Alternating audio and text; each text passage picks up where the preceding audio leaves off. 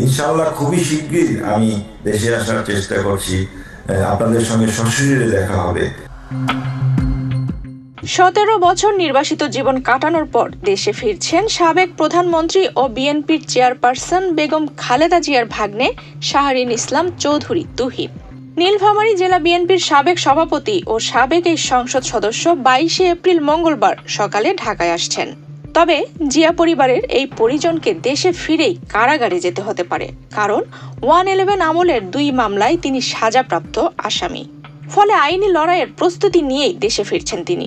দেশে আসার স্বল্প সময়ের মধ্যেই আদালতে আত্মসমর্পণ করতে পারেন বলে জানা গেছে। আর শাহরিন ইসলাম তুহিন সাহেব আসবেন, এসে তার যে আইনের যে অবস্থানগুলো রয়েছে অবস্থানে এসে উনি আইনের কাছে শপথ গ্রহণ করবেন এবং আইনের বিচার কোথায় দাঁড়িয়ে তার বিচারের জন্য উনি মুক্তি চাবেন। উনি নিজেও বলেছেন যে আজকে আমি আসবো, এখন না, আমি আইনের শপথ না হওয়া পর্যন্ত, আইনের বিচার না হওয়া পর্যন্ত আমি হয়তো আপনাদের সঙ্গে ওইভাবে কথা বলতে পারবো না, আসতে পারবো না, মিশতে পারবো না, এবং বিষয়টাও আমার ঠিক হবে না। এখন যে কোনো ব্র্যান্ডের পুরাতন এসি বদলে নতুন ওয়ালটন এসিতে উপভোগ করুন 25% ছাড়। 2007 সালে 111 সরকার ক্ষমতায় আসার পরই আত্মগোপনে চলে যান বেগম খালেদা জিয়ার ভাগ্নে শাহরিন ইসলাম তুহিন। একাধিক মামলার কারণে এক পর্যায়ে তিনি বিদেশে পাড়ি জমান। এর মধ্যে 2008 সালে ঢাকার একটি আদালত কর ফাঁকির মামলায় তাকে 8 বছরের কারাদণ্ড দেন। পরে অবৈধ সম্পদ অর্জন ও তা গোপনের অভিযোগে আরেকটি মামলায় তুহিনকে 13 বছরের সশ্রম কারাদণ্ড এবং 10 লাখ টাকা জরিমানা করা হয়।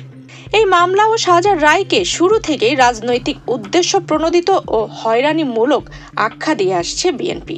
বিগত স্বৈরাচার সরকার আমলের নিপীড়নের শুধু আমাদের এই ইঞ্জিনিয়ার শাহরিন ইসলাম তুহিন সাহেবই নয়, বাংলাদেশের অনেক ভালো ভালো মানুষ, ভালো ভালো নেতৃত্ব আজকে তাদের নামে মিথ্যা মামলা দিয়ে, আজকে মিথ্যা মামলা হয়রানি করে আজকে দেশ থেকে দেশান্তর করা হয়েছে। শাহরিন ইসলাম তুহিন 1996 সালের 15 ফেব্রুয়ারি অনুষ্ঠিত জাতীয় নির্বাচনে নীলফামারী 1 আসন থেকে সংসদ সদস্য নির্বাচিত হন। এরপর 1996 সালের জুন এবং 2001 সালের নির্বাচনে একই আসনে বিএনপির মনোনয়নে নির্বাচন করলেও জয়ী হতে পারেননি। 111 সরকারের আমলে কারাদণ্ড হওয়ার পর আওয়ামী লীগ আমলেও নানাভাবে হয়রানির শিকার হন তুহিন। এসব কারণে তিনি রাজনৈতিক আশ্রয় নিয়ে দীর্ঘদিন যুক্তরাজ্যে অবস্থান করেন। নির্বাসনে থাকা অবস্থায় তিনি 2016 সালে বিএনপির জাতীয় নির্বাহী কমিটির সদস্য নির্বাচিত হন। ছাত্র জনতার অভ্যুত্থানে শেখ হাসিনা পালিয়ে যাওয়ার পর বিএনপির বহু নেতাকর্মী কারামুক্ত হন। অনেকের মামলা প্রত্যাহার করা হয়। আইনি জটিলতা থেকে মুক্ত হওয়ায় বিদেশে থাকা নেতাদের অনেকেই দেশে ফিরতে শুরু করেছেন। এরই ধারাবাহিকতায় দেশে ফিরছেন তারেক রহমানের খালাতো ভাই শাহরিন ইসলাম তুহিন।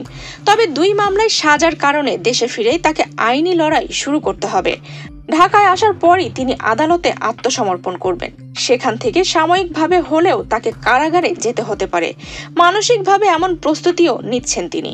উনি নিজেও বলেছেন যে আজকে আমি আসবো, এখন না, আমি আইনের শপথ না হওয়া পর্যন্ত, আইনের বিচার না হওয়া পর্যন্ত আমি হয়তো আপনাদের সঙ্গে ওইভাবে কথা বলতে পারবো না, আসতে পারবো না, মিশতে পারবো না, এবং বিষয়টাও আমার ঠিক হবে না। এই কারণে অনেক সবাইকে নিষেধ করেছে যে আমি আসতেছি, কিন্তু আপনারা কেউ আসবেন না। আইনি জটিলতা কাটিয়ে আগামী জাতীয় নির্বাচনে শাহরিন ইসলাম তুহিন নীলফামারী থেকে ধানের শীষের প্রার্থী হবেন। বিএনপি নেতাকর্মীরা এমনটাই আশা করছেন। যে সংসদ নির্বাচন বিএনপি চাচ্ছেন, ডিসেম্বর থেকে জানুয়ারির মধ্যে হয়তো একটা নির্বাচন হবে। সেই নির্বাচনে আইনি প্রক্রিয়া সবকিছু সম্পূর্ণ করে উনি এই আসনে মনোনীত পাবেন এবং নির্বাচন করবেন, এবং বিপুল ভোটে তাকে আমরা নির্বাচিত করব। আফসানা রিপা, বাংলাদেশ প্রতিদিন। আর কোনদিন যাতে দেশ ছেড়ে না যেতে হয় সেই তৌফিক আল্লাহ আমাদেরকে দিক।